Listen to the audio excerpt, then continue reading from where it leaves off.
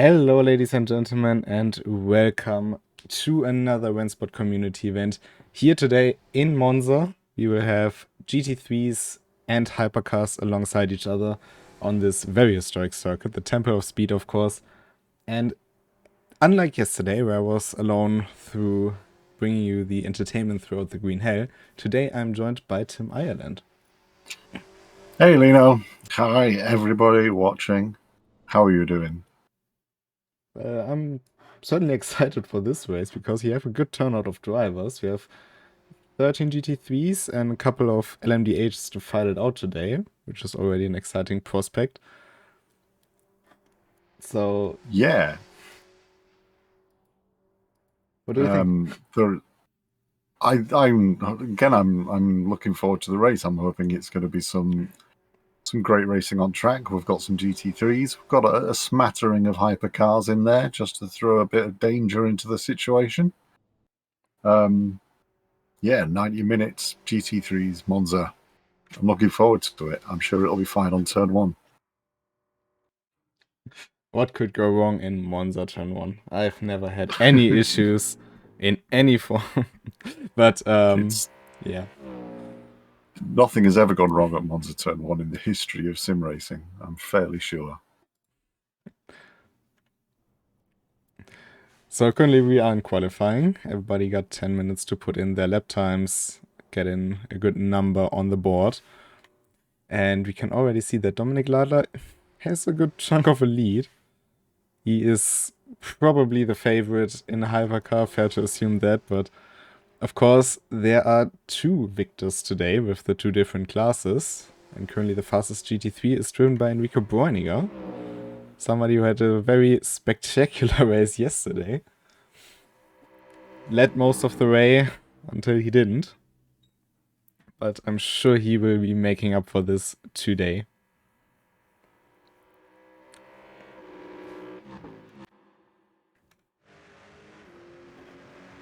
I also see some Astons back on the track, which is nice.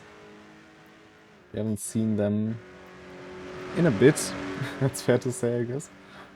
But yeah, we've not had many Aston Martins on track recently, have we? It's they seem to have taken a bit of a lull, but we've got a few back. We've got some good liveries as well. Always good to see.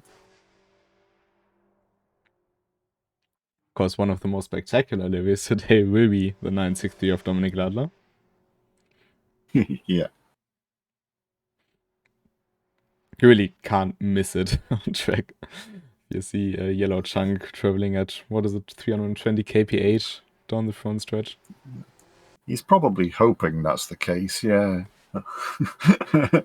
Or that you can miss it, shall I say. Well, that was certainly a good pun.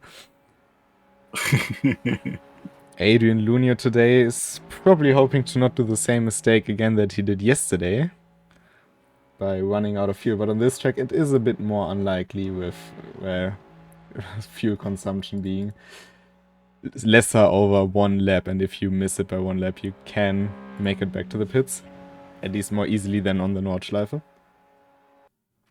Yeah, I heard about his fuel-based whoopsie yesterday in the Nordschleife League, but yeah, it's a lot of a shorter lap here. Although saying that, I have in my sim racing career been pushed over the finish line at Monza before, so I have pushed somebody across the finish line in Monza before. That was certainly an interesting race. Those GT4s. Quite a long way back though, so. But yeah, qualifying about halfway through.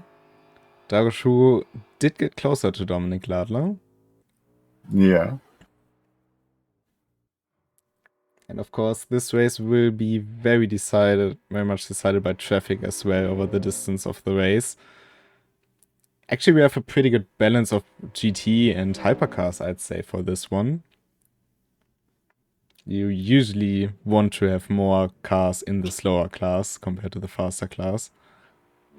Otherwise, you would end up like the event that is currently held on the pretty much other end of the planet in Australia, Bathurst 12 hours. I think they have 4 GT4s or 3 GT4s. And the Vortex, is it still running actually? Do you know that? I don't know, to be honest. I saw the start, but that was I saw the GT3 start anyway, which only started a few minutes ago. It was a good start. Seemed pretty clean. But I honestly don't know about the other classes. They do tend to have a bit of a lonely race, let's say like that. That's true.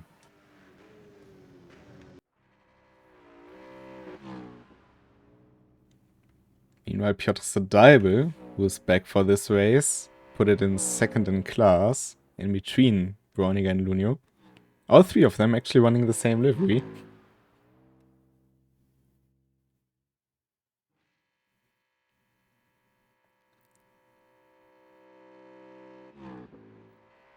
Oh, come on, guys. We've got some choice now. Pick some different liveries. Well, Jason Kizar certainly did. And he also put it in front of Lunio just this lap.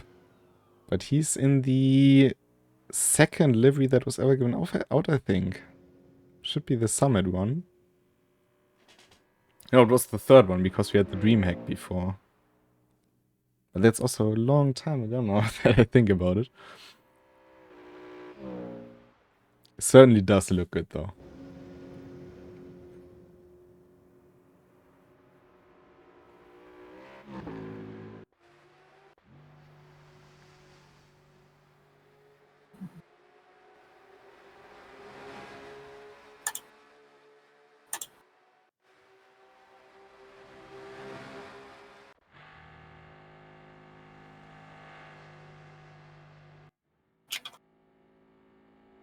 It will probably be about time for those drivers that they have their final lap in.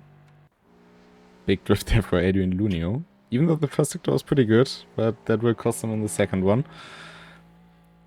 But we have 1 minute 30-ish left to go, so you won't be able to quite get a full lap in. So everybody will just complete their lap they are on right now.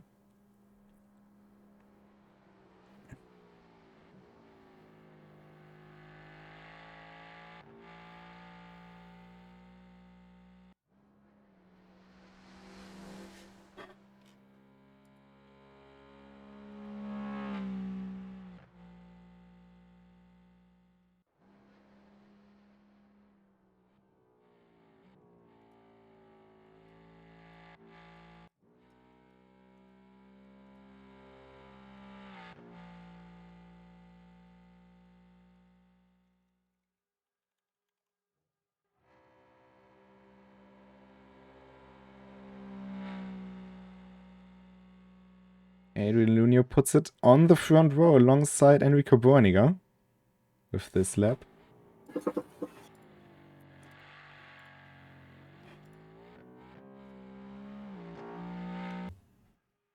Oh, Piotr Seibel with a lot of damage, so he pushed it maybe a bit too far on his final lap there.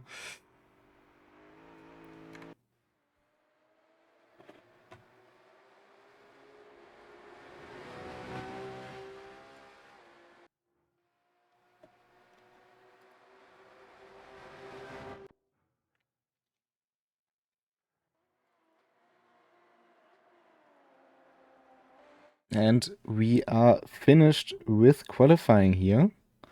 And the front row will be Dominik Ladler against Drogo Shuru in the Porsche 963s. And the front row in GT3 is Enrico Breuninger alongside Adrian Lunio, followed by the BMW pair of Piotr Sadalbe and Jason Kizar.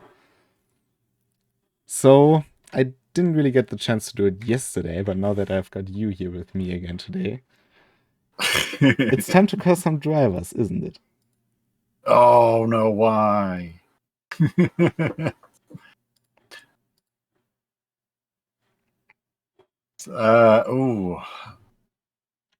mean, it's a long race. It's a 90-minute race, so you've got to take that into account. We've got some good drivers that we definitely know from many races here for sure.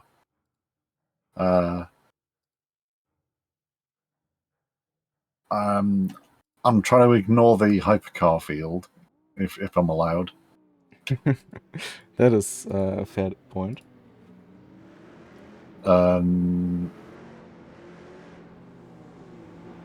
I think it might be Adrian Luno's day. There you are. Bold call. That's a good call. I think because he didn't really feel comfortable, but he also didn't really feel comfortable yesterday, and he had a good race until he ran out of fuel. But I think I'm gonna go with Enrico here. And we go racing here at Monza. It's a good getaway from Dominic Ladler. Let's take a look at the GT3 field, which Adrian Looney now has technically, but is under pressure from Enrico Bräuniger. Now this will be interesting. 3 wide in second rows, and Jason Kezar is off. And hits Enrico Bräuniger, and Adrian Looney is able to avoid the carnage by going to the access road. And I think Enrico... Jason Kezar is now missing a door. That doesn't seem safe. Let's take a look up front. Dominic Lala is in front of Drogo Shugo still. But, yeah. I mean, we have seen that yesterday as well, but... How big is the damage on those cars? And, oh, Jason might have more damage to the suspension. Oh, and Piotr Zadaibe loses the car through the first Lesmo. The GT3 field really isn't quite set yet. Let's say it like that. But up front in that field, it's Adrian Looney in front of Merwan Benauda, who started way down the order and made his way back up. Let's check on the car of Enrico Bräuniger, front left damage. Maybe he's gotten away with just aero damage, which on Monza, while not great, is not a race-breaking damage. No, true. There's not too many aero corners that you have to worry about. They're also low speed.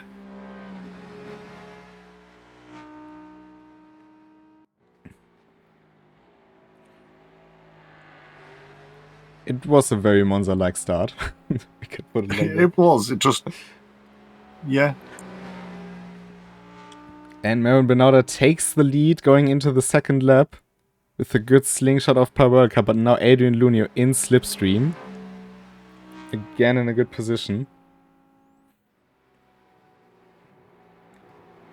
Merwan Benauda is braking later. Can he stop the car in time? Yeah. And Merwan Benauda into the lead. For certain now. See some moves further down. The BMW of Jerry Miles making short process of Vitaly Poshnakowski, but that's the AMG of Johannes Blüm facing the wrong way around. No damage done this time.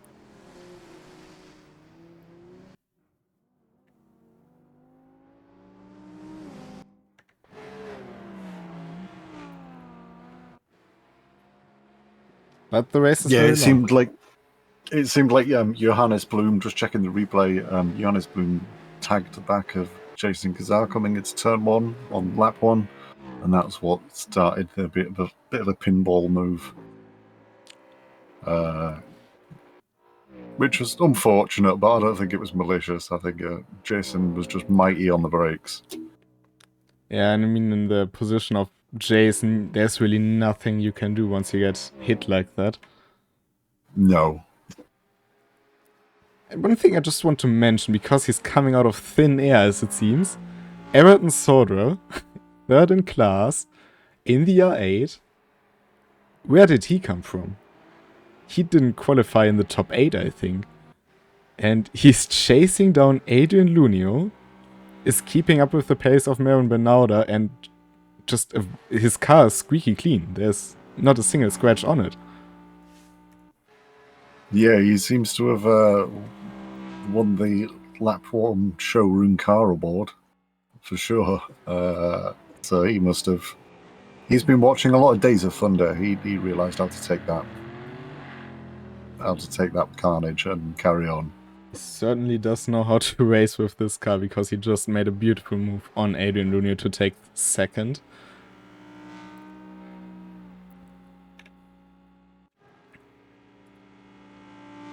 You know, we can see that the top 2 cars in Hypercar are getting closer to lapping the first GT3, which is driven by Piotr Zadaibe, who of course had that incident in the first Lesmo. But Aaron Soder, definitely the surprise of the race for me right now. Yeah, he definitely seems to have got a handle on the car pretty well, and he's chasing down some of our fairly regular drivers here. So,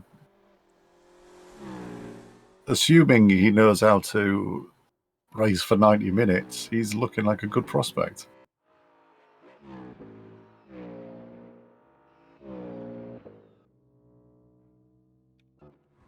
Enrico Breuninger chasing down the two BMWs of Jerry Miles and Jason Kizar.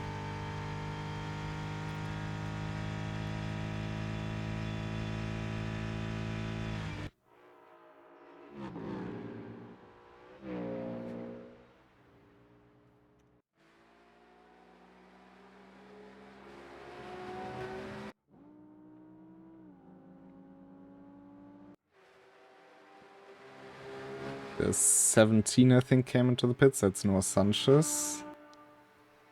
Yeah, he was last in the GT3s, I believe. So I'm assuming he's taken some fairly hefty knocks in the first lap. Johannes Blum has a drive-through to serve right now. Don't think anyone else has got a penalty. Davashugo cost some yellow flags in Sector 2. Seems to have just been a spin. Oh, and Enrico Breuninger around the outside of Jason Kizar. Now a bit of a drag race into Curva Grande, but I think Breuninger should got him.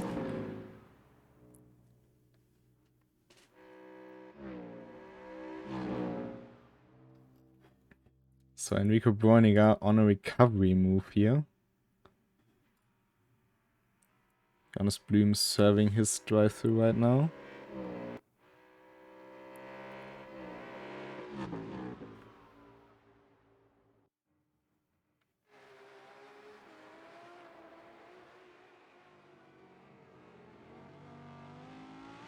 It will actually be tied on pit exit with Piotr Zadar, but he already came in for repairs after his incident.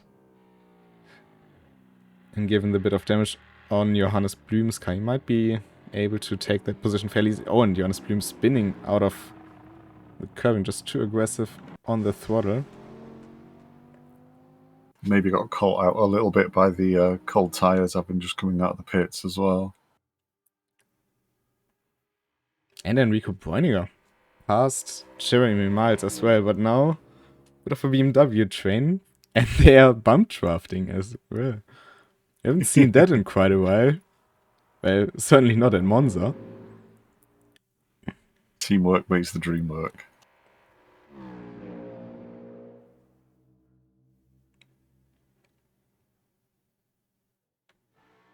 Of course, a big topic on Monza with the two very long straights.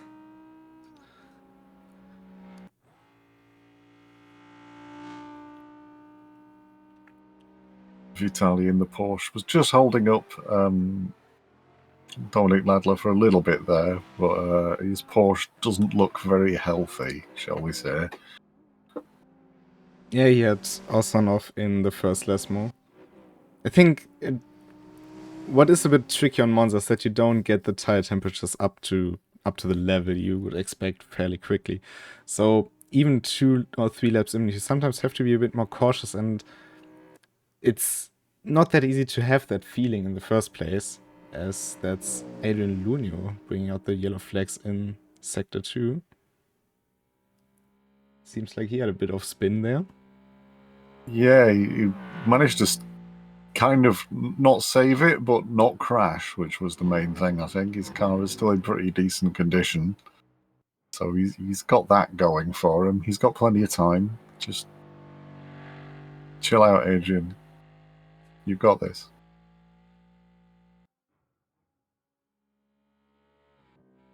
As said, it is a very long race, and it definitely won't be decided now in the opening 10 minutes. We have... No, that's for sure. Yeah, we have at least one pit stop. Some might go for 2, some might go for just that one.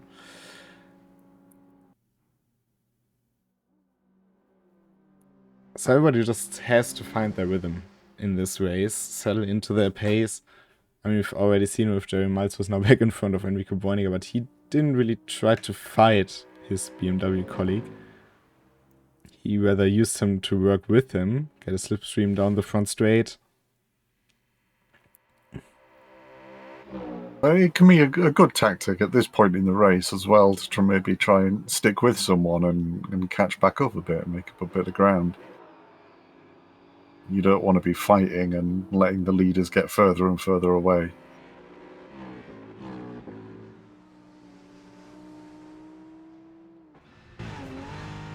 Both of them now being caught up to by Dominik Ladler. Should come flying by any second now. There he is.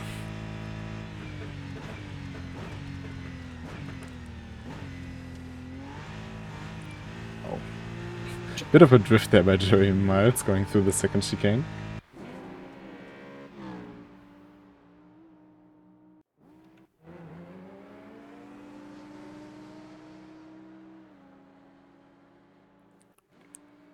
That was close to a bit of a miscommunication between the two Porsches.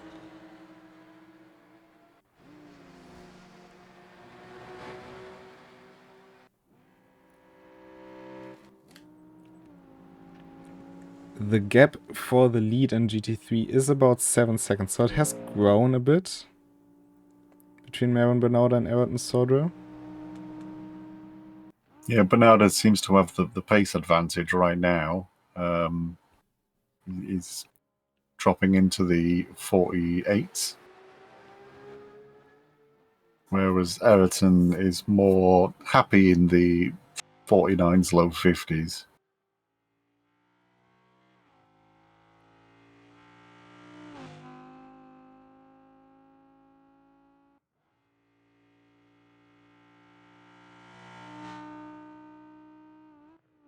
We are still having about 10 minutes until we expect the first pit stops.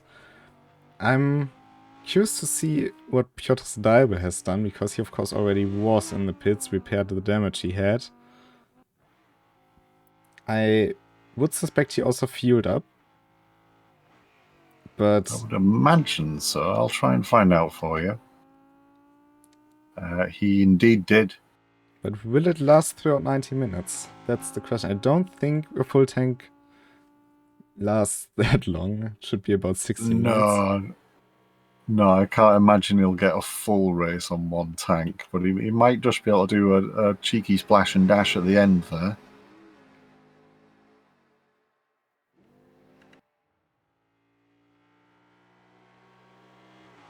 Oh, and Maron Bernauda. I was wondering why there was yellows at the sky, but it indeed was Maron Bernauda going off. And that now gives the lead to Ayrton Sodra. Some damage to the front of Maron Bernauda's car, but it doesn't seem to be too severe. No, it looks mainly kind of... When both coming in. That was close. That was very close. I think there might have been a little love tap involved there. See the pit crews getting ready for both cars. Does Sodra have a drive-through penalty?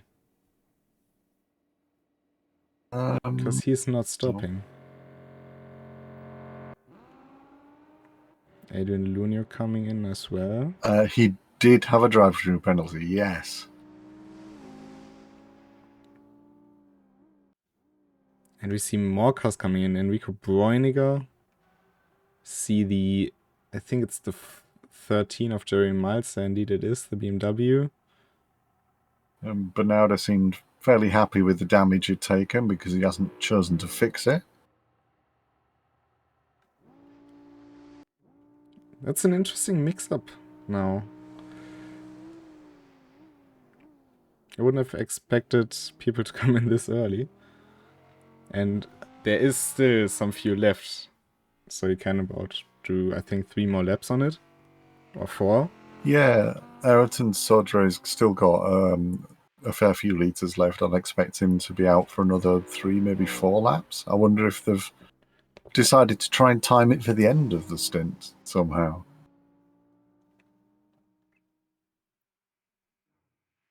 Maybe they know something we don't.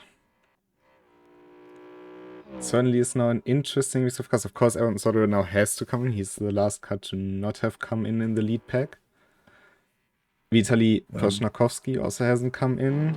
And Piotr Zedalbe, of course, pitted on lap 2. So it will be a fair time until he has to come in.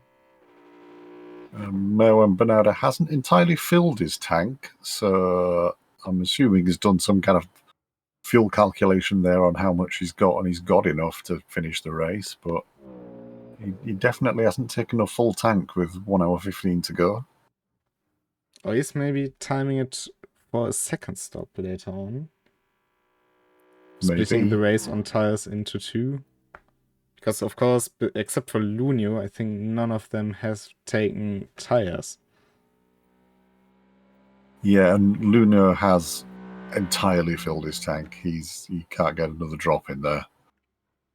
Soder into the pits, and he is changing tires. So of course, first you do have to review the 15s coming in. That's Jason Kizar. And now I wonder if he'll get his door fixed. That will certainly be interesting.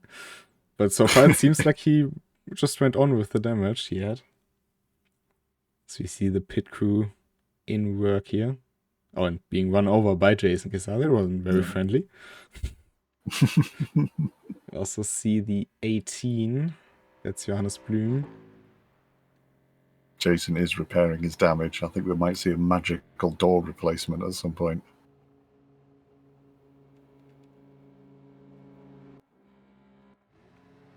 I think Aaron Soder will come out in 7th. Because Posnakowski is staying out.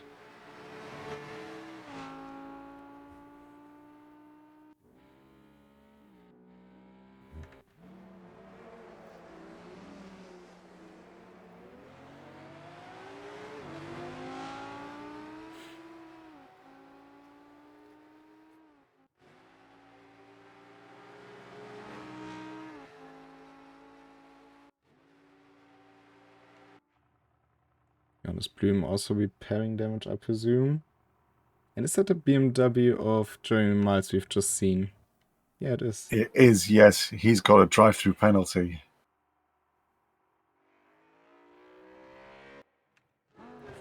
I would guess it was for speeding in pit lane by the lap count he had done before. I will check the records. Vitaly has a drive-through penalty as well, 2 laps to serve right now. He certainly has to come in very soon because the tank is running a bit dry now. Yeah. Of course, that won't count as his drive-through, so he does have both of those to do right now.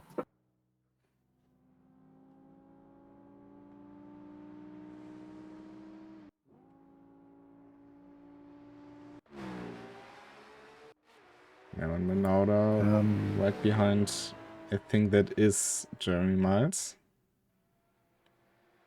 Putting a lap on the BMW. Now Enrico Breuniger, he went from first in class to last in class and now is in second with a fully repaired car. He's keeping us on our toes. He's leaping around the grid like a rabbit. I'm almost feeling like watching the Daytona 24-hour all over again. With some cars just jumping down the order with every pit stop they do. I think the main driver in that sense was Rexy, or the main car in question.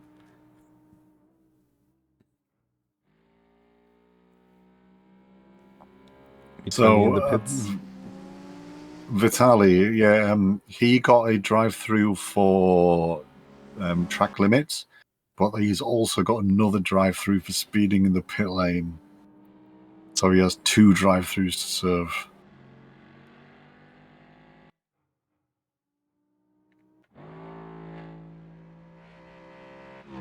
Of course, it throws you back quite a bit, but it definitely shows that it doesn't put you out of contention in this race.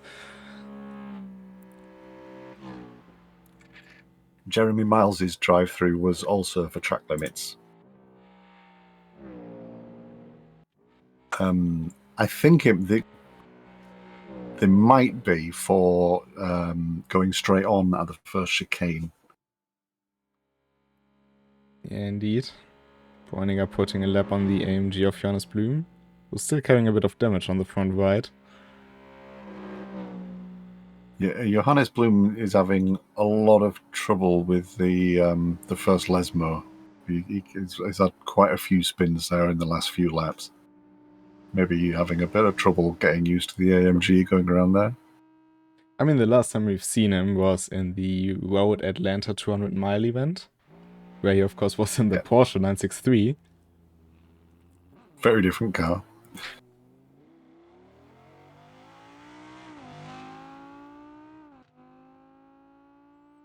Now, the top 4 in the GT3 class are not only all driving different cars, but feels like they're bunching up together a tiny bit at least. Of course, Marin Benauda has the fastest laps in recent times, but Adrian Lunio is on 151 pace, Soder at 152, but Bräuninger at 153.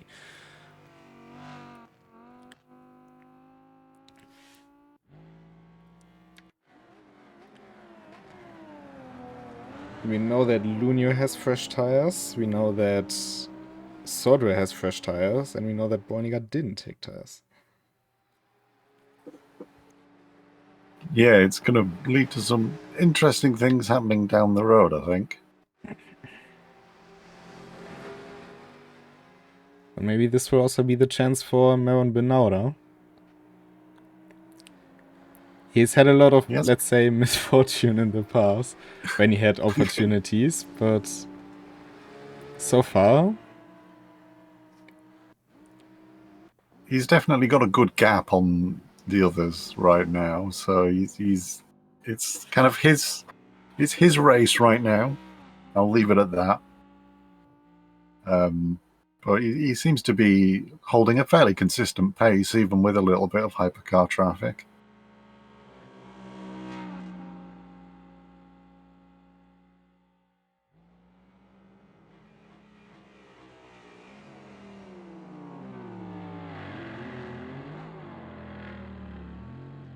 And Soder also putting a lap on Johannes Blum.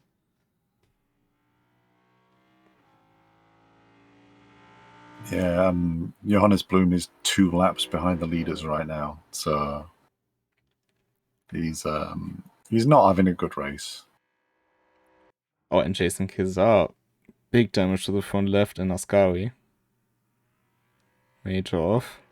But I mean, yeah, it's even if you're 2 laps down, yesterday we definitely learned finishing a race can give you quite a few positions in a race like this, because it's challenging, it's long, and drivers are bound to make mistakes. And there are some mistakes, as now the leader, Dominik Ladler, is coming in. Same goes for Dragos Hugo. But if you make mistakes and you can't make it back to the pits, say as you forget to refuel, or if your car's so heavily damaged you can't continue on, and Monza is one of the fastest tracks, yeah, it's easy to lose out. Yeah, it's also a very quick track. It's quite easy to go a lap down here, and Johannes Blum maybe 2 laps down, but he's not the only one not on the lap of the leaders. So there's still a race to be had there. And the car in front of him, Jason Kizar, just came into the pits with major damage. Yep. And this pretty much goes for any driver here. Dominik Ladler there, completely filling his tank up, not taking tyres in a hypercar. That's a brave move. Well, since I've won the Daytona 2.4-hour race in this very car, I can tell you from experience. No, you can indeed make it a long way with those tires if you take care of them. The biggest issue, of course, being flat spots. If you flat spot them early, you will not have a great time. But Monza is very bumpy. It's easy to flat spot them. But he has a good gap over his competition, so it's not like he's under pressure. He can really take it easy, keep the tires under control. Just like I should get my English skills under control at times. But yeah, it really is something that is based on how much pressure you have. If you are being pushed all the way, it's easy to make just a slight mistake, and everybody knows that flat spots do accumulate a lot over time. But if you can just keep the car steady under braking, if you can keep it easy on the brakes, not brake in the last possible meter, but maybe doing a bit of lift and coast as well, you can really make them last very long, especially on a track like Daytona or Monza, which let you cool down the tires as well. Unfortunately, Johannes Bloom calling it a day. Maybe just not quite gelling with the car today. Unfortunately, sad to see him disappearing. Indeed. Adrian Lunio has closed the gap to Enrico Bruniger to 4.4 seconds. It was about 6 to 7 seconds 2 laps ago. Yeah, Breuninger did not have a good last lap. He was he did a 152, which is not like him pace-wise. So, but Lunio is extremely consistent. He's doing 50.9 exactly. Quite a few laps in a row now, as he now has to skip the chicane because he missed his braking point, but he is extremely consistent otherwise than that. yeah, consistency is key on these longer races. It's often more important than just flat-out pace. If you can do the same lap over and over and over again, then that's often a good way to a decent result. I'm sure we're having a bit of a spin there in the first last moment, just keeping the car in reverse to not end up in the gravel trap. That was a slickly done move.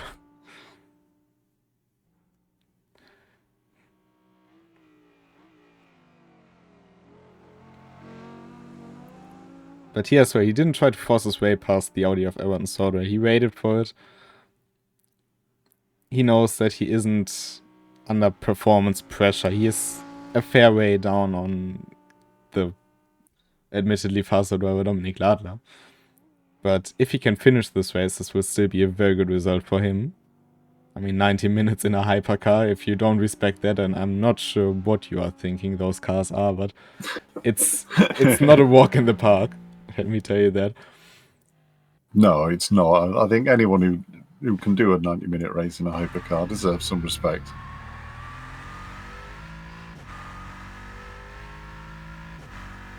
Yeah, especially at the moment, there's just no real reason to risk it in his situation. If Adrian Lunio gets close to Enrico Breuninger, it might be a different case, because he might be catching on to Mervyn Bernauda if he gets past quickly, even though the gap has grown quite significantly.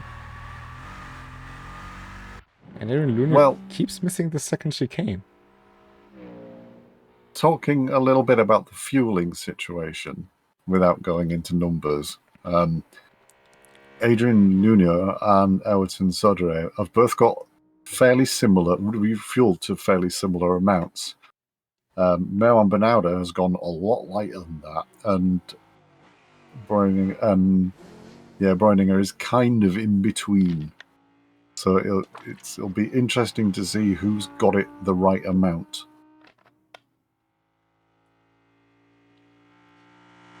Yeah, I'm very curious to see if I'm sure we will see a second row of pit stops. Because even if you pit early, making it with one stop on few, unless you start really few saving on Monza, I think that's a big ask. And we see Jace Kizar being stationary. He is still driving, so at least he didn't run out of fuel. He's definitely got fuel. I know he was not very well before the race, so he may well have to disappear at some point due to health reasons, but he's soldiering on for now, and we'll applaud him for that. Well done, Jay.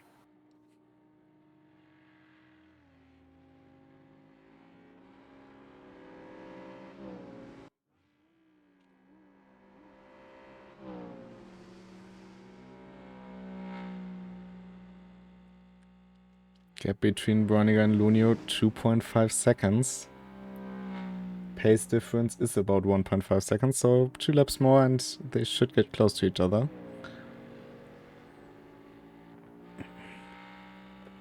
Yeah, Breuninger's pace is picking back up again. He's getting into the 51s now after his last lap 52. So I think it maybe took him a little while to adjust to the bigger fuel load that he took on.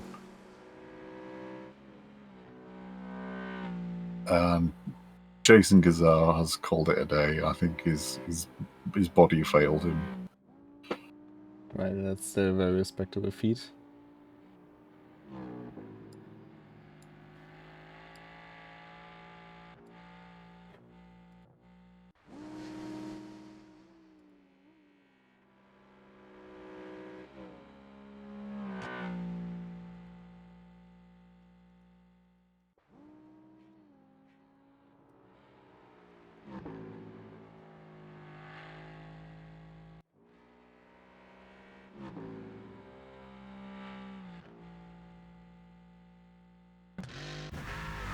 Let's go on board with the AMG.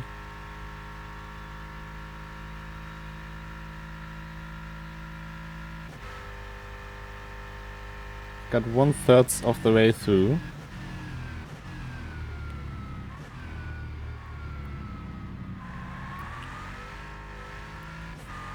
And Lunio really lighting up those rear tires.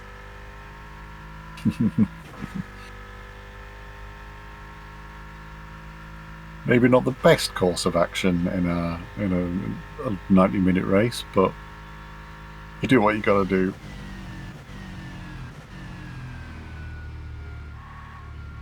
And both. Enrico Breuninger running right to the left, Lunio to that, but he really has to get it under control a bit because he still has a long way to go. And he is itching closer to a drive-through penalty for an incident limit breach. Yeah, there's been a few people taking unnecessary risks into corners, I think, with 57 minutes left to go. You've got to watch out for those incident points. They are fairly lenient, but it will bite you at some point. Oh, Breuninger with a big drift out of Ascari. And now Adrian Lunio sucking himself towards that rear end of the BMW.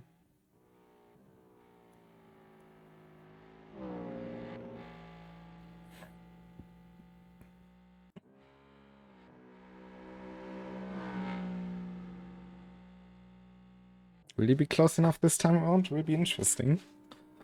They both got a good punch down the straight, but I think the AMG might actually be a tiny bit stronger with the BOP we have. Oh, he's backed out of it. Decided not to risk it just yet.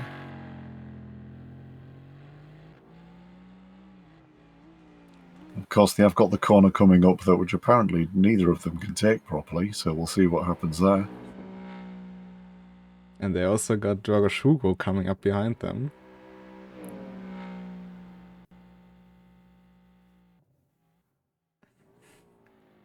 Age difference in tires is about 15 minutes. Oh, and Lunio, too much curb, threw the car a bit outside. Yeah, Breuninger took that one nicely that lap. So it's opened the gap up a little bit more, but it's still within slipstreaming distance for the big straights.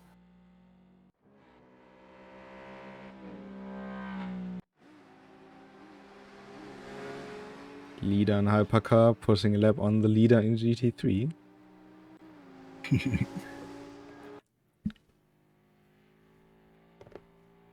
And Bernauda is still the only one left in the GT3 field lapping below a 150. 148.8 last time around. Elton Sodre is knocking on the door of that, and he's closing the gap, like you said, up to Lunio and Breuninger. So it might be seeing him getting involved in the action in a little bit of time. He's got a big gap to close up, but he definitely seems to have the pace for it. Yeah, of course, that's not good news for Adrian Lunio, because he was as fast as Everton Soder, but as long as he's stuck behind Enrico Boiniger, he can't go that pace, so Soder, if he wants to or not, is closing in. Blue flag sliding up for the GT3s.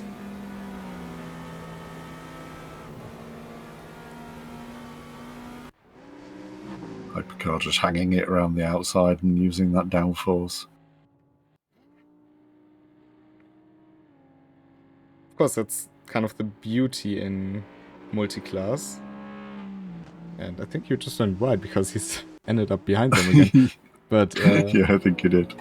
That's the beautiful thing in multi-class, and also the kind of scary thing that you have to put so much trust into each other and know what they are going to do. That's why there's like this rule of thumb that as lower class car, you stay to your racing line. Don't try to get out of the way, you just stay to your racing line, let the faster car drive around you. And as the faster car, you respect the space for the slower class car. Just as who is doing. It's not trying to just push past in Ascari. It's waiting for the straight and now just goes by. Weaving between the two GT3s there.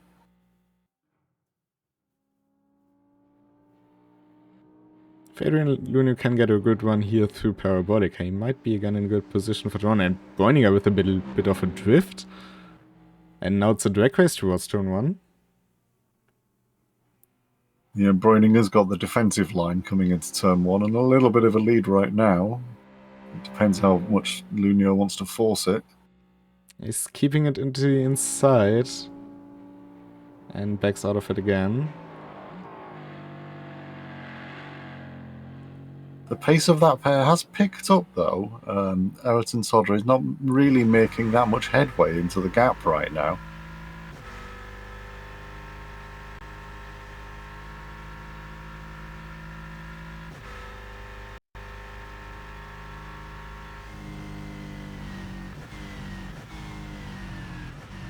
Can hear Lunio is doing a lot of lift and coast. And Merwan Bernardo is still pushing the 48s. So he's very comfortable with the state of his car right now. Also got pretty much just clean air around him. He's got the whole first sector for himself.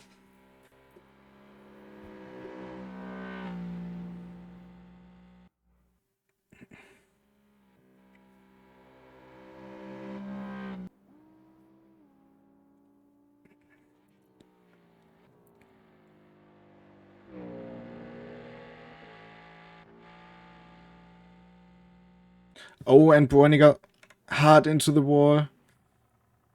Oh, and Lunio waiting. I'm not quite sure what Lunio is trying there. I think he was trying to avoid crashing into him in case he span back on track. But now what's the damage on that BMW?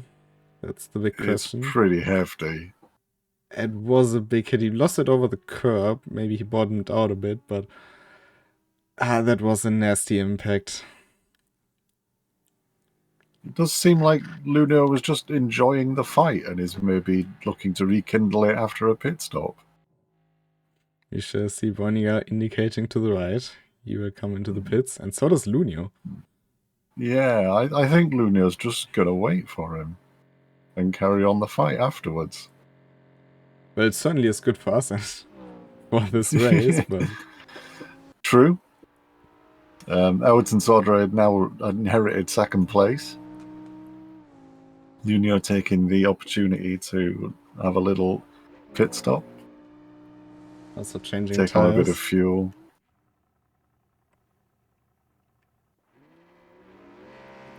I mean, maybe have a quick wash and wax while he's there. It does help the aerodynamics of the car.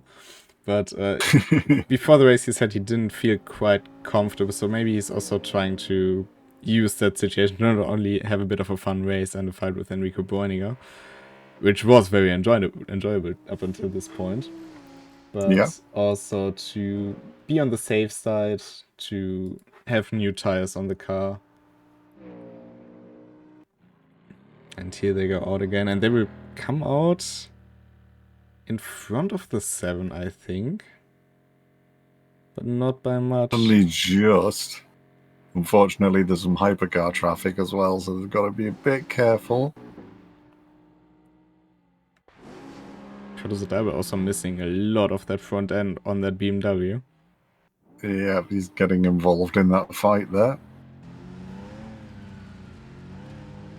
And Jeremy Miles not much far behind it.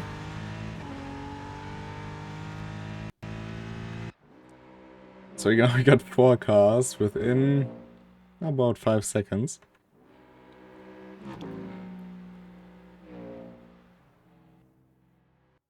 And Dominic Ladler just in behind, trying to overtake them all. Oh, and Bonning again with a big drift. I think he's getting a bit nervous with that big old AMG in his mirrors. It is a big beast to be looking at the entire time.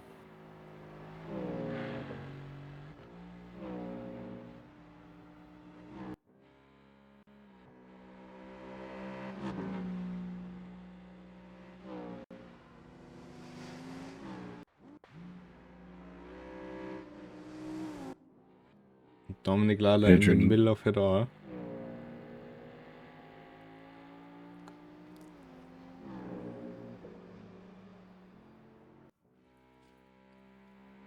Nuno seems to be trying to get his tyres up to temperature, doing a little bit of weaving on the straights. But he's content to let Brunio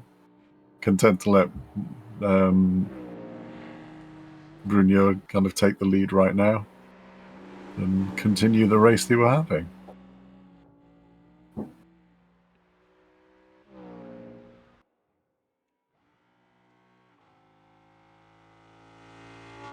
So that means that in first we've got Merwan Bernarda and then Everton Sodre in second.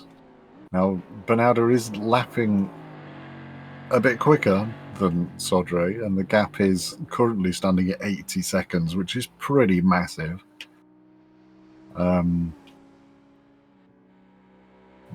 Bernarda is going to have to come in to refuel shortly. I'm not sure if Sodre can make it to the end of the race or not.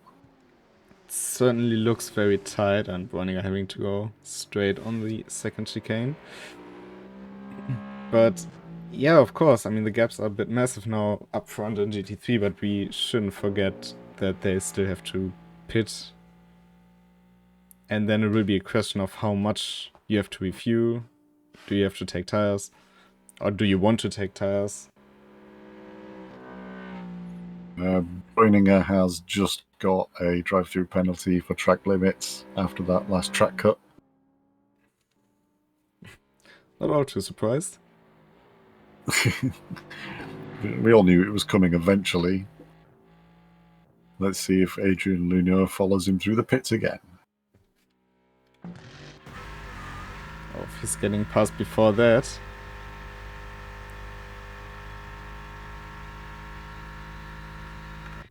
To the outside. Oh, just decided to back out of that one.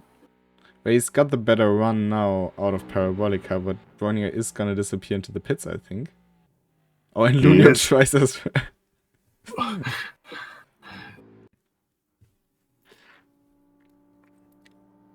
Well, that was maybe a bit surprising for the French driver. Yeah. It did look a bit like a defensive move there, so I'm not surprised.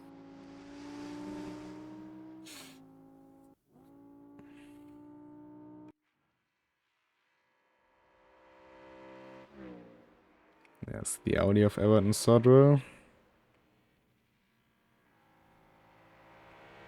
But that, of course, is not for position.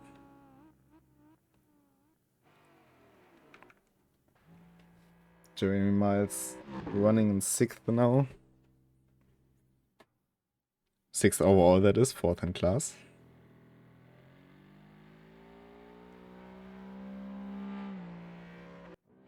Brunio just did a bit of a spin to win at the end of turn 1 there. I think he maybe got caught out again by his tyres coming onto the track after his drive through. Oh, and Lunio with a big spin and luckily not hitting anyone. Yeah, I think Lunio's practicing for his Gymkhana events there.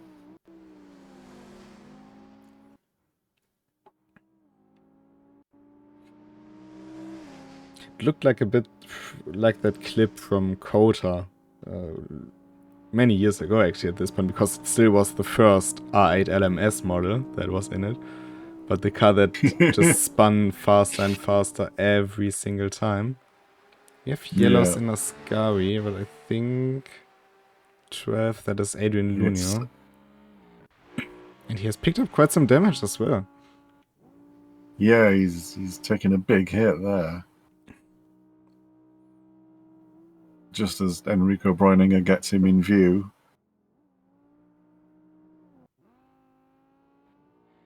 And Jeremy Miles is also in the pits.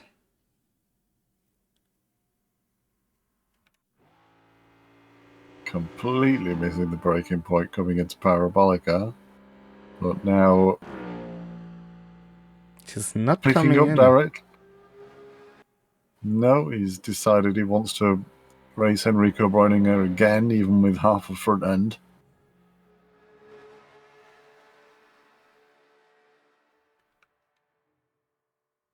Jeremy Miles putting on some fresh rubber.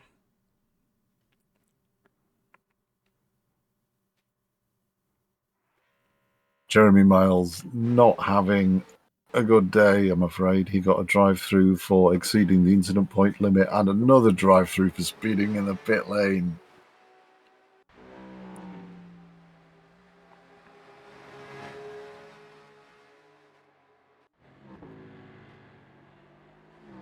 We are halfway through this race, so if we can keep it together for the second half, we will at least be able to finish the race.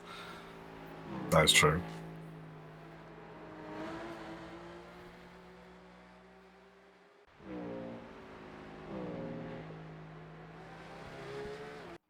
Oh, and he lost the car coming out of the pit exit, and, well, that car is now closer to an M4 competition coupe than a GT3. He's missing the front and back downforce right now. Ooh, that was close. Dalbe spinning just in front of the pack from Benauda, Breininger, and Lunio, who all managed to avoid it, and Merman used that opportunity to just slice through.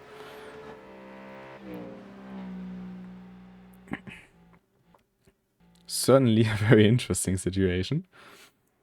Merwan Bernardo, he's going to have to pit very soon. He did take that very early pit stop, you might remember. And he didn't put a lot of fuel in. Here he comes into the pits.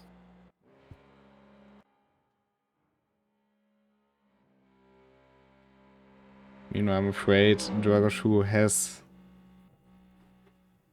DNF'd from this race.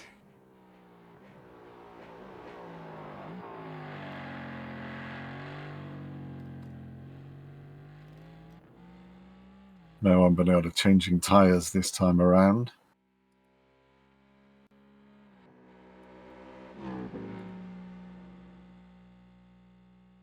He's still got a hefty gap on Elton Sodre.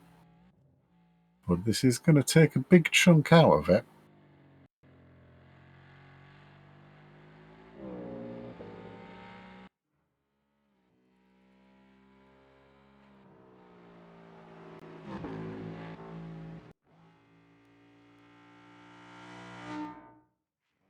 And Benauda's back out of the pits.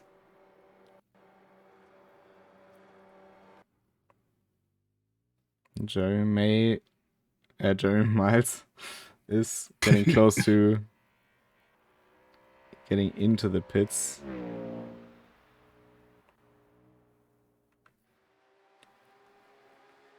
But if he has 2 drive-through penalties, I should be good to come in and repair the car now and do them the laps after.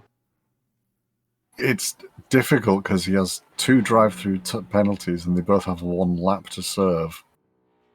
Now, the eagle-eyed amongst you might have noticed it's kind of hard to do that. So I'm not sure how that's going to work. We will see. Oh, and a little bump there from Lunio on the back of Bräuninger.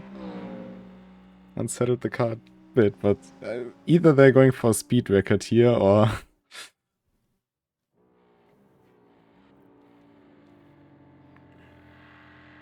Now, in a rather questionable move, Marwan Bernardo has just entirely topped his tank with 40 minutes to go.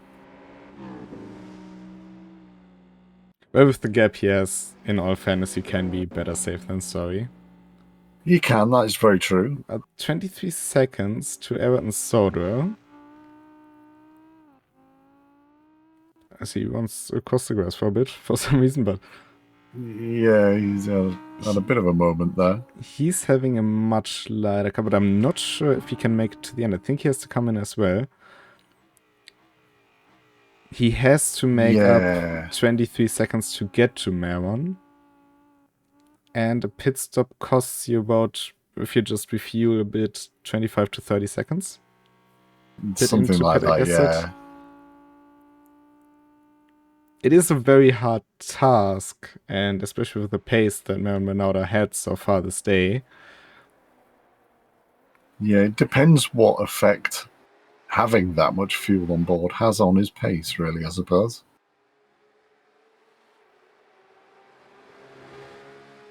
We will see in a moment.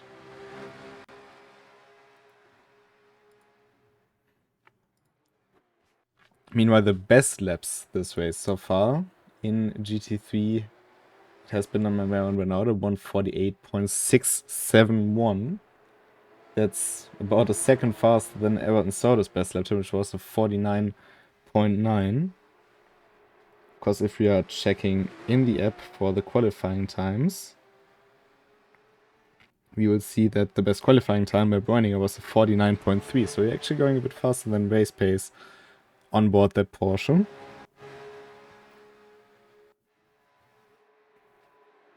Now for Dominik Ladler, his best lap time is a 37.5, with his qualifying lap time of 36.8, and that really shows that he's just keeping it easy, having a look at his tires. Yeah, he's getting some practice in right now, just being consistent with the hypercar, which, you know, it's going to be good. It'll serve him well when it comes to races where he's got a bit more competition on board, shall we say.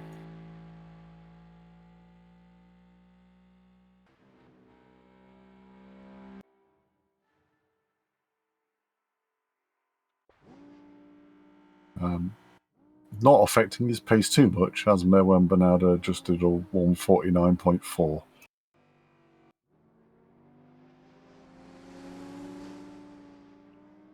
Meanwhile, Everton Soder is doing about 50.7. Let's see what he did this lap, but he had a bit of a weird moment coming out of the second Desmo, so I don't think it will be much faster, and it was way slow, 155. Yeah, he did seem to lose a few seconds on Marwan Bernardo there.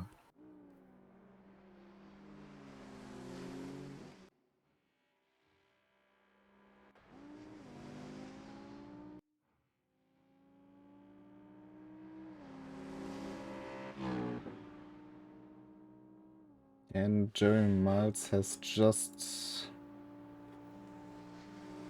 been disqualified, or did he?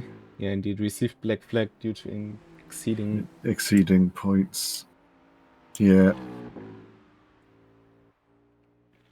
it's unfortunate for him. So close to the end of the race. Well, there will be plenty of opportunities to show what could have done. So, for example, in 2 weeks with the next RENNSPORT community event, we will be going to Hockenheim, which is not all too far away from Monza, seeing how global the tracks are we have. But yeah, we'll go to Hockenheim with the GT3s, as we see them fight here in the hands of Enrico Bräuninger and Adrian Lunio.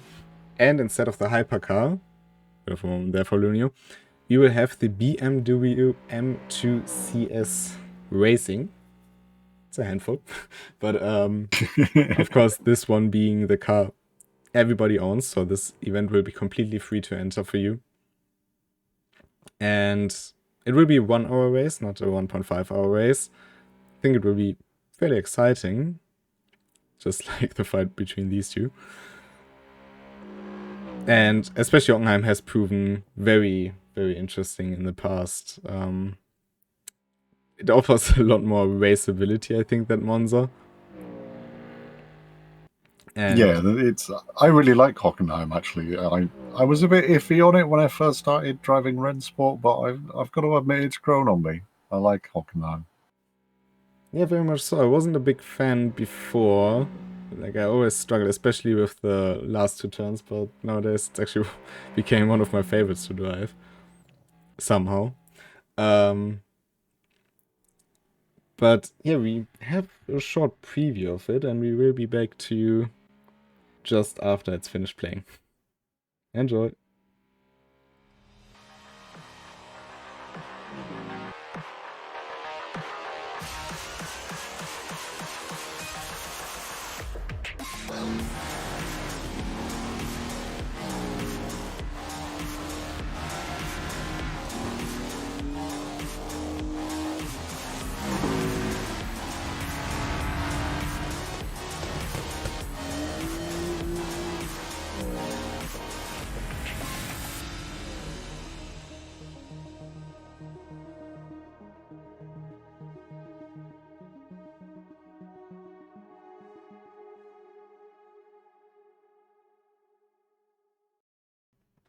So as you can see, it will be, as mentioned before, GT3 M2.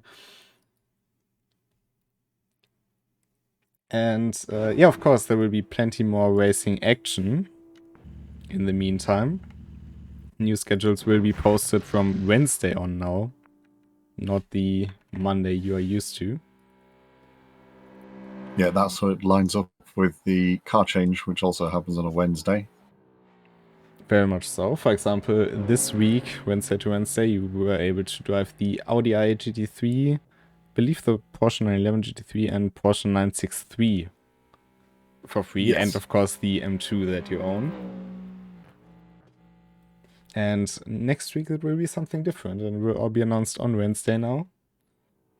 Of course, means we have slightly less to talk about during the stream, except for the current schedule, but I think it is much better for the player base and gives you more time to try out things.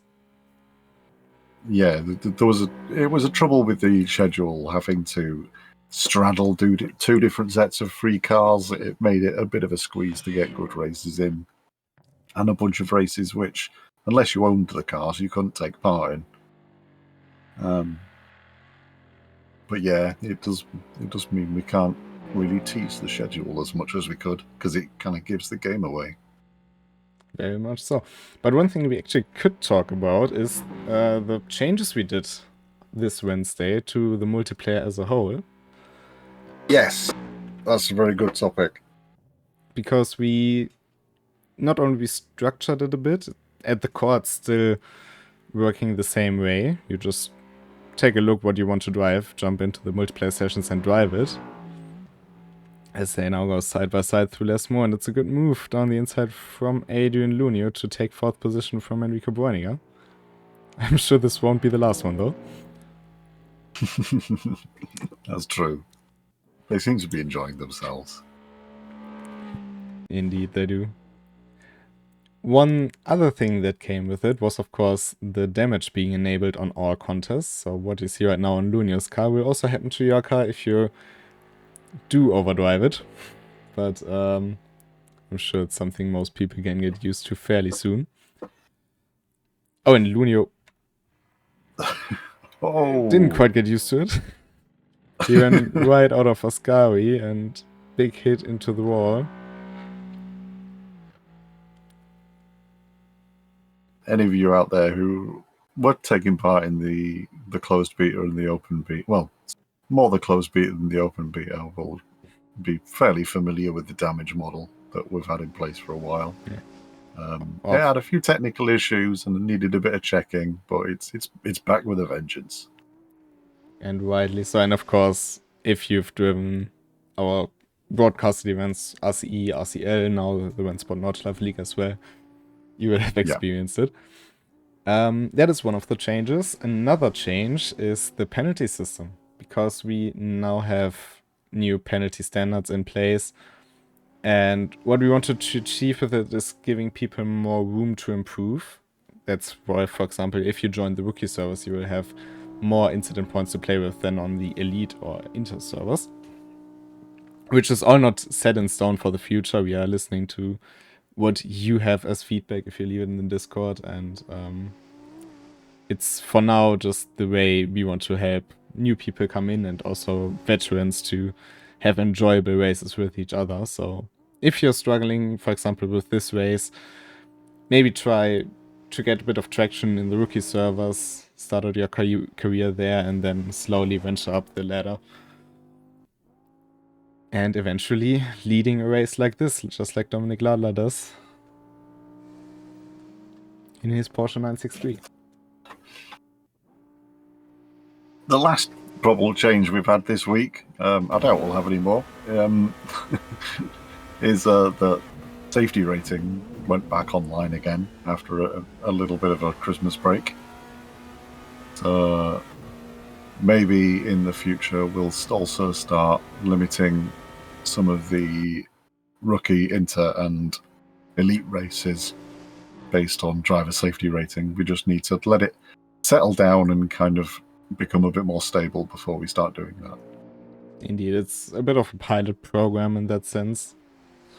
So whatever is the case right now, and if you have anything you don't like about it, you can just say it, because it is subject to change in the future.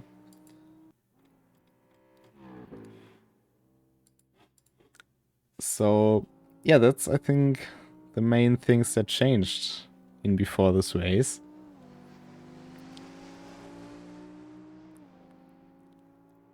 Yeah, it's been some changes which we've had kind of working out in the background for a while, and we've been debating over and talking about. So it's been good to kind of get them finally out into the public, and we've had a generally pretty positive reception to what we've got so far. I know it's something that a lot of people have been kind of asking for, so it was good to finally be able to deliver it all to you.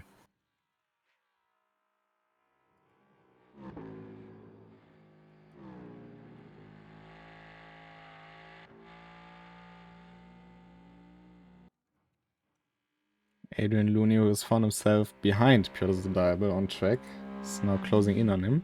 Take back that 5th place. Just as Dominik Ladler comes into the distance as well. We might have to pull over and just let Ladler through in the hypercar before he tries to capitalize on that position.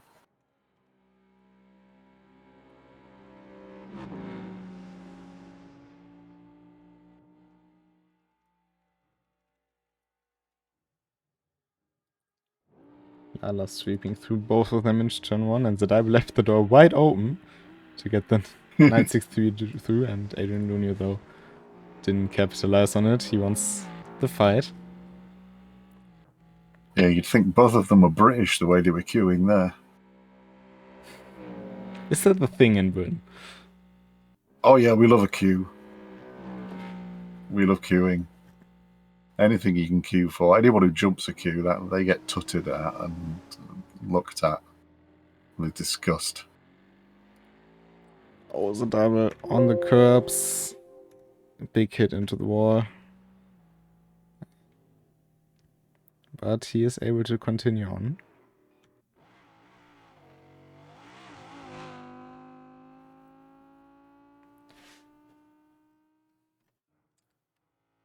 Really, the exit curbs out of turn 2 and turn 4 are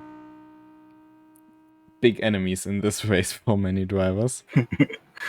Yeah, it's they can be tricky because both of them you really want to be getting the power on, and curbs are not traction's friend. Yeah, especially the ones at Monza are fairly aggressive. Of course, in tracks like Spa, you are usually faster when you approach them in the first place, but they're also flatter. And if you take a look at the texture of the curbs, which you can do very well in the replay camera, you can see that they're actually pretty steep in like those little wedges the curbs have. Yeah. Adrian Luneau just serving a drive-through penalty, running everyone's pit crew over on his way through. Making sure nobody's getting to pit again.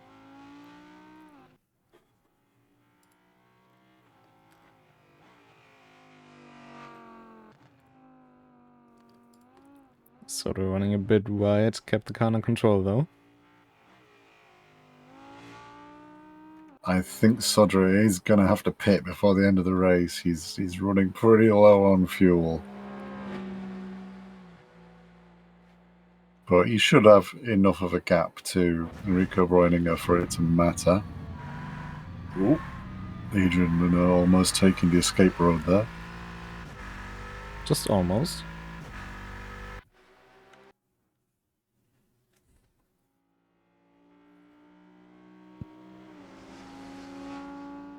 "25 minutes left to go."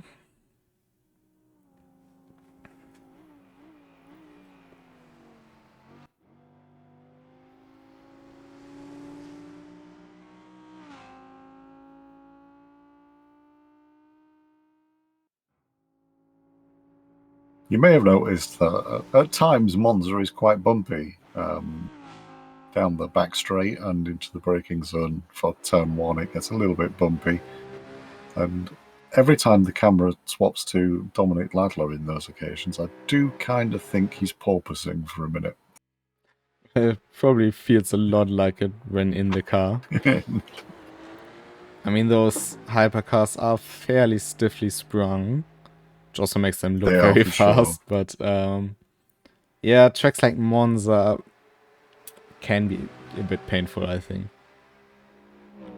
I don't think it's as worse as some wooden roller coasters out there, but I think it's also not as comfortable as a steel roller coaster. If you know what I mean. Well, of course you only know it if you've ridden some, and not everybody has, but... The one wooden roller coaster I was on, I'm not going back on it. I'm not sure I like the sound of a wooden roller coaster, to be honest. That does not sound safe. Actually, I'm not afraid of that. I mean, there hasn't been really many incidents. Driving with your car to the theme park is more dangerous than riding anything in the theme park, I'd argue, but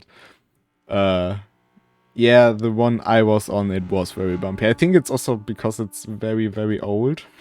I mean, that of course does a lot to it. But yeah.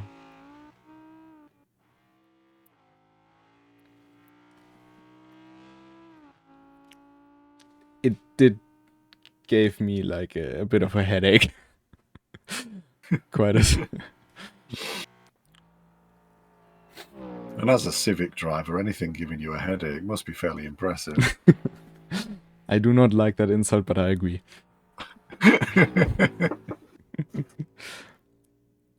Even though I gotta say, because I have a full like lowering suspension kit in the EJ one, it does ride bumps fairly good. The problem is if you have lowering springs, which the other Civic has, yeah, those are really, yeah, they don't feel all too good.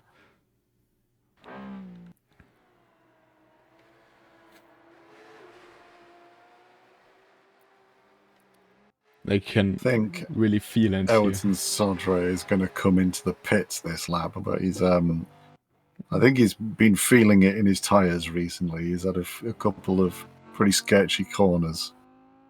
Well, with lowering springs, he definitely would have felt the gravel a lot more.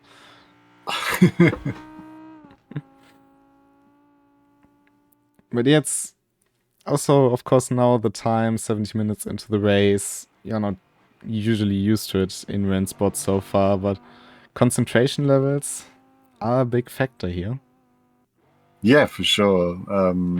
Especially these guys, the gaps are fairly large, and it can be pretty difficult to kind of like hold your concentration for that long without, I find at least, without having someone directly to fight with to kind of like keep you focused on something.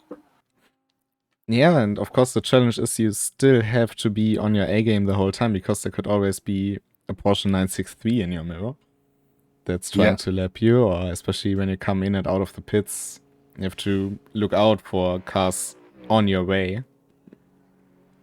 So it's not like you can just relax and continue to drive. It's in a mono class, yes, because then usually the pace differences. Oh, and Dominic Ladler lost the rear end going into the second Lesmo, clipped the grass. First mistake here by Dominic Ladler, I'd say. That's fairly impressive to make it this far through a 90-minute race. I mean, maybe and only didn't make notice. one mistake in a hypercar.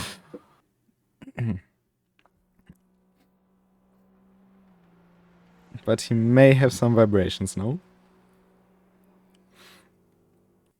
Sartre is on the move again, which does put him on the same straight as Enrico Breuninger. But there's a lap between them. Adrian Lunio in the There background is a lap coming between them. You're entirely right. I missed that one entirely.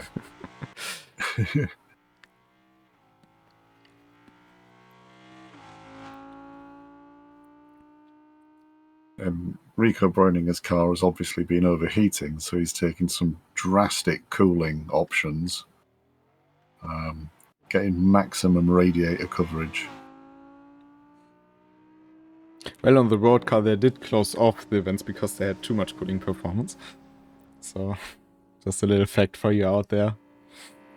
Fair enough.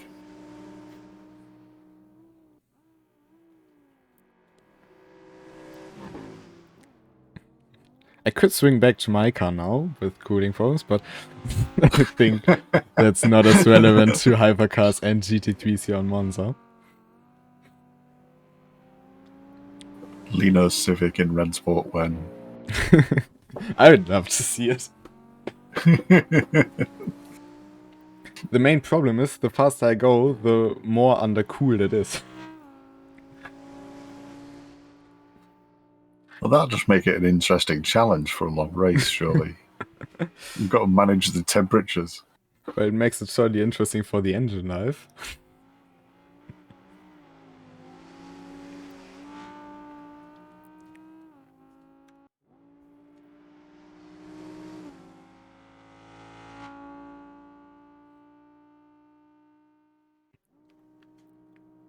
But yeah, just over 15 minutes left to go. Should Dominic be about 10 Ladler laps. seems to have started pushing. He's just done a lap within 7/10 of his best, and he did a purple first sector.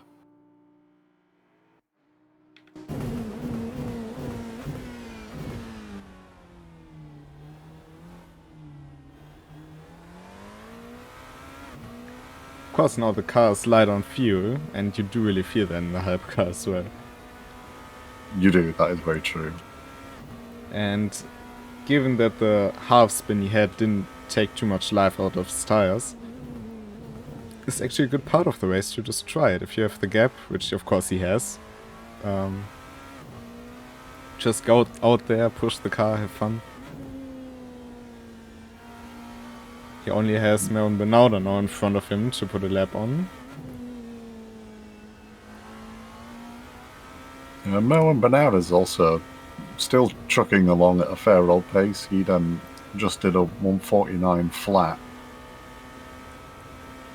So he's not letting up either. I've got to admit, he's still on it.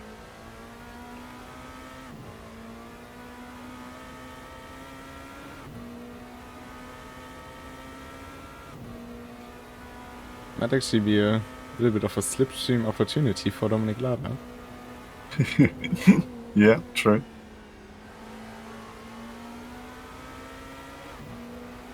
Getting the car rotated on power, and now in the slipstream. Oh, another 1:38 flat for him, so not quite on the pace of his fastest lap.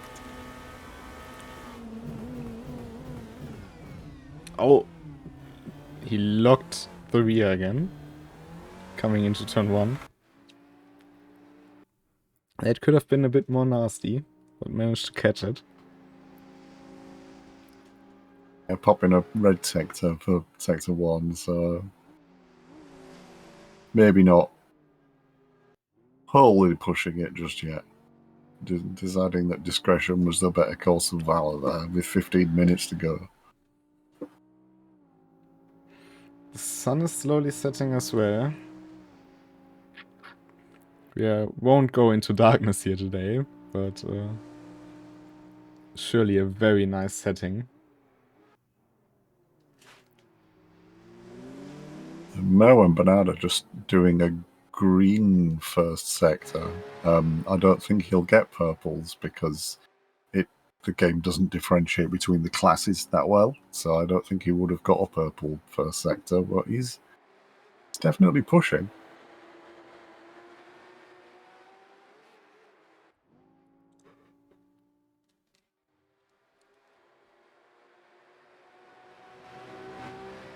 Just as a side note, there's still 4 different cars in the top 4 in GT3. That's very true. And technically we have hopeful. 5 different cars in the top 5, but I think that's skewing the results. Yeah, I think you'd have to be pushing it for that one. We were hopeful for a 5 different manufacturers in top 5 position, but unfortunately the Vantages left the game fairly early. So that I think Mount put an Bernardo end to that originally dream. was signed up with an Aston Martin Vantage. Okay. Bit unfortunate to not see him drive it anymore.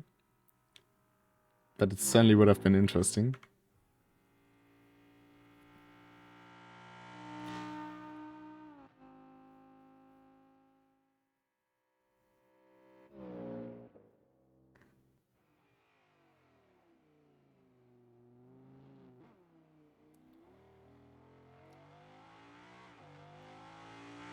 Curious to see what Everton Soda will do in terms of lap times after this one.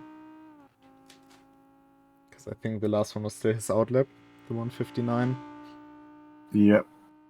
I think it was.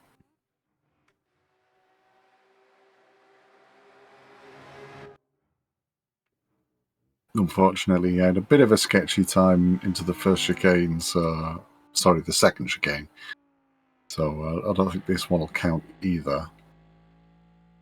Well, it won't count as a valid lap time, that's for sure.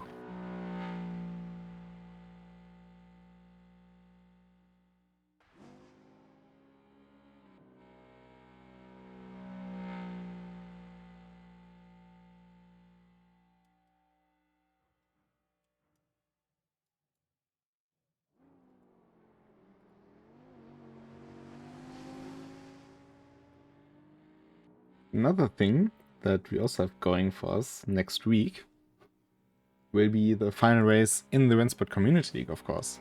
Completely forgot about that one. Was voted by the community to be Road Atlanta. We had a Road Atlanta final race, or penultimate race, I think, last time around. Yeah. And it certainly was very interesting. Not what you would call an ordinary race. So, well, no race at Road Atlanta has really been ordinary, hasn't it?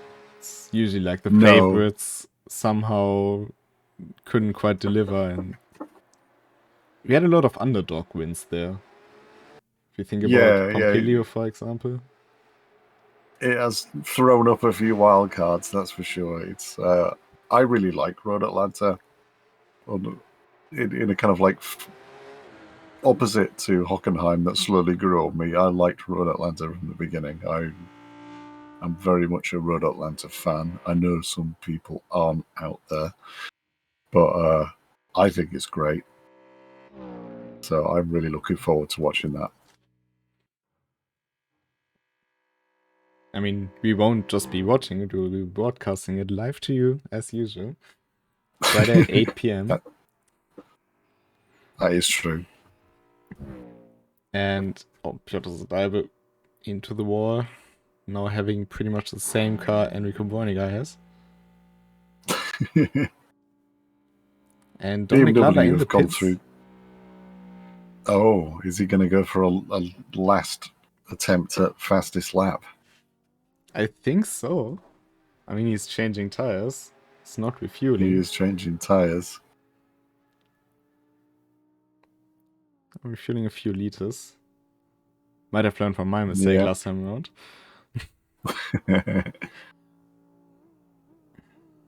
We should have plenty of space around him to give it a go.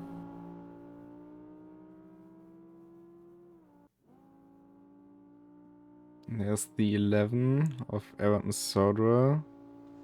I think the Hypercar should have enough acceleration to come towards turn 1 in first.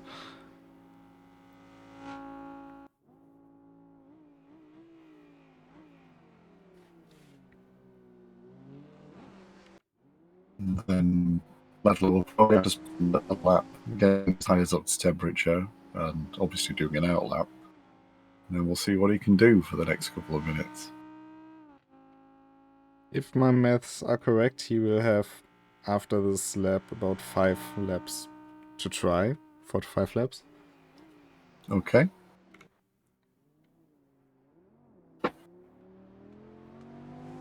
So you were asking about Everton Sodra's lap times a couple of laps ago. His last lap was a 50.3, which is only 0.4 seconds slower than his fastest lap of the race.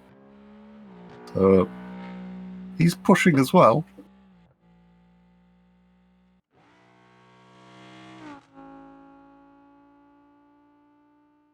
I mean, definitely he is, for me, the surprise of the race. No take back. Oh yeah, I mean, definitely.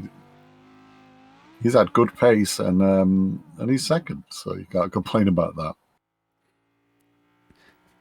Just to double check right now where he actually qualified in this race. Because I think, I'm not even sure if he qualified for it.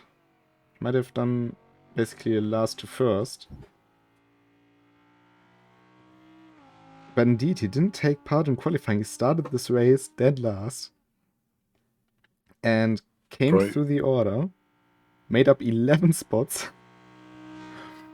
Overall spots, that it's not only GT3, but overall. Yeah. And is running second in class. I can't recall him really doing major mistakes. I'm not even sure if his car has one scratch on it from the beginning of the race on. No, he's had a couple of little offs, but nothing that's actually resulted in any damage, I don't think. I surely hope we will see him back, because he seems to be one to look out for in the next races. Yeah, he's not quite had the pace of Merwan Bernardo up front, but he's not a million miles away. So yeah, I definitely hope we see him back in some of the races again. And I mean, Merwan Bernardo, how long has he been part of RENNSPORT? Ooh. About 1.5 years as well. So it's, yeah, something like that. You can't expect anyone to just come in and beat everyone. No. But this is a very, very strong performance by Rensol. And by the looks of it, by the way he's driving, I would suspect he's on gamepad as well.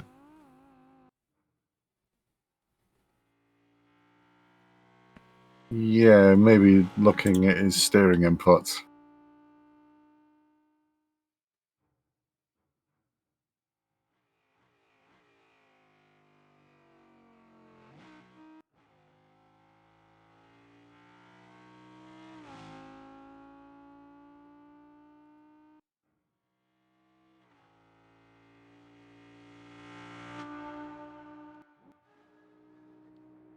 Let's go on board with Dominic Ladler for those final few laps. He has a bit of traffic, that's Maron Benauda.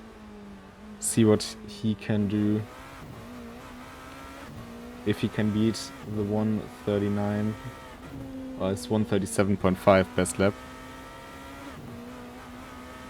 Or even his 136.8 qualifying lap.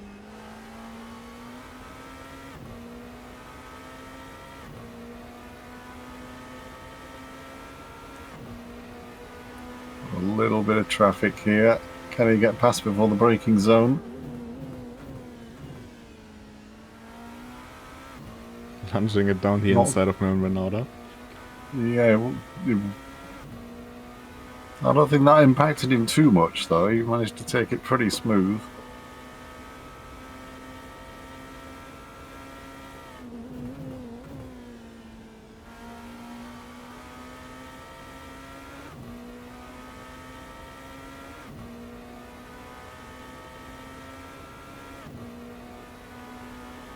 And that was a new best lap, Dominic Ladler. Not by a lot, but it was.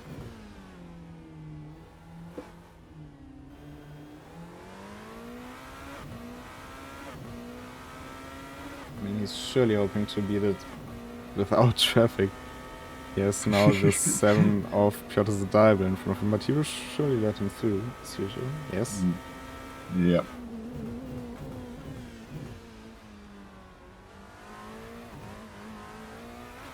Ladler is on another purple first sector right now, so he's going again. He's trying to give us the lap of the gods here. Oh, but may have just overdone it.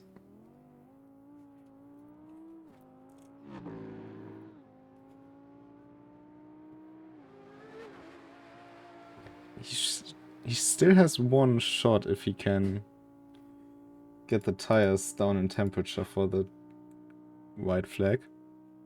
Yeah, he's just had a bit of trouble getting around in time in the space he had available there, but yeah, if he can get his tires at the right temperature, he's got one more lap left to go.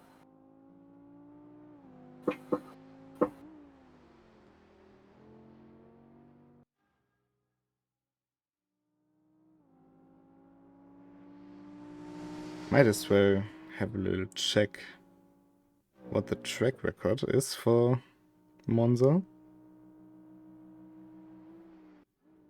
It's a 36.3. Ooh. And Dominic Ladler is currently second on the leaderboard at 36.8. That was his quali lap.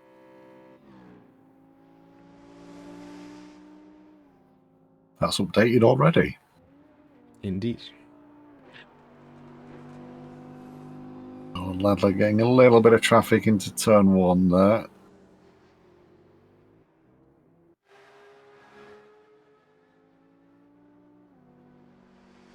He might get another lap after this one, if he doesn't do a mistake. But it will be tight. Yeah, I think he'd have to really push to get in another lap here.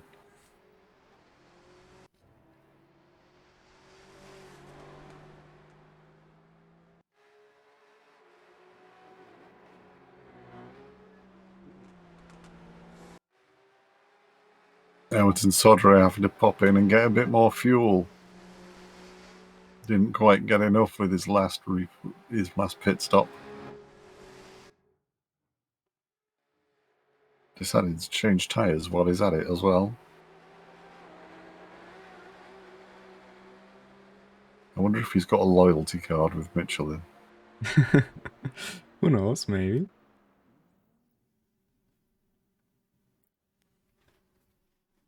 But this is not good news for Dominic Ladler, because he will come out in a spot about...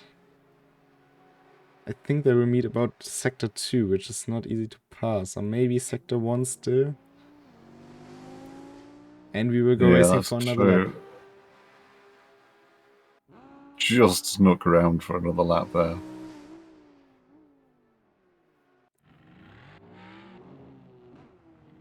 12 of Adrian Lunio.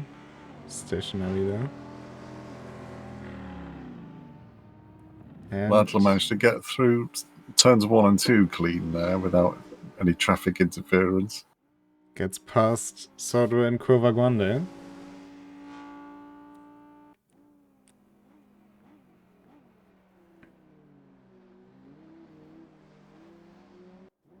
That's literally a race against the clock. Slightly rose sector 1.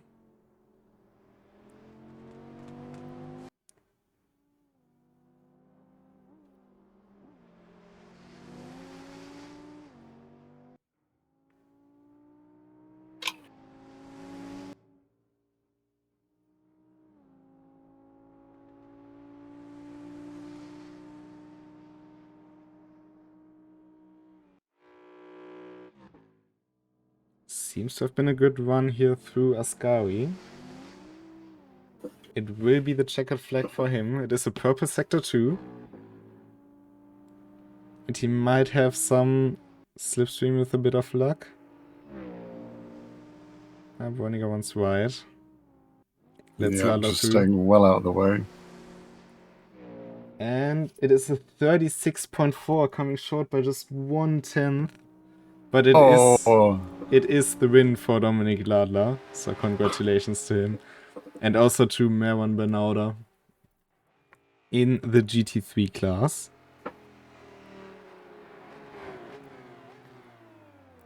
So congratulations to those two.